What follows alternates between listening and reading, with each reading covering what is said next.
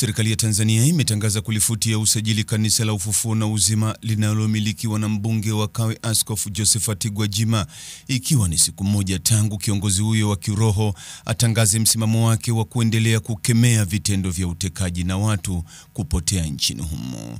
Sababu ya uamuzi huo wa msajili wa jumuiya za kiraia Emmanuel Kihampa ni kile kilichoelezwa kanisa hilo limekiuka sheria ya jumuiya sura namba 337 kwa kutoa mahubiri yenye mwelekeo wa kisiasa na nia ya kuichonganisha serikali na wananchi. Kwa mujibu wa taarifa iliyotolewa Jumatatu hii Juni 2 mwaka huu 2025 na Kihampa, kitendo kilichofanywa na Askofu Josephat Gwajima kinaweza kuhatarisha amani na utulivu nchini Tanzania. Nikinukuu, taarifa hiyo inaeleza kuwa kwa mamlaka niliyopewa, ofisi ya msajili wa jumuiya za kiraia inafuta usajili wa Glory of Christ Church, yani Kanisa la Ufufuo na Uzima, kuanzia leo Juni 2 mwaka 2025.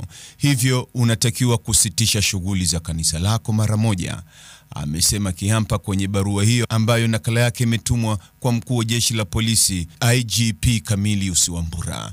Wiki iliyopita Askofu Josephat Gwajima alitoka mbele ya hadhara ya waandishi wa habari akikemea vitendo vya utekaji, jambo lililozua upinzani kutoka miongoni mwa makada wa Chama cha Mapinduzi CCM.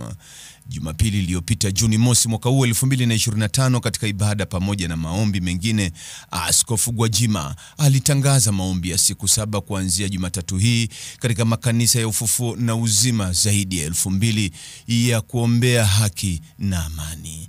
Mtazamaji, ni yapi maoni yako kuhusiana na taarifa hii? Andika maoni yako katika sehemu ya ujumbe hapo chini. Like na subscribe pia ili uwe wa kwanza kupata habari wa chungu tele.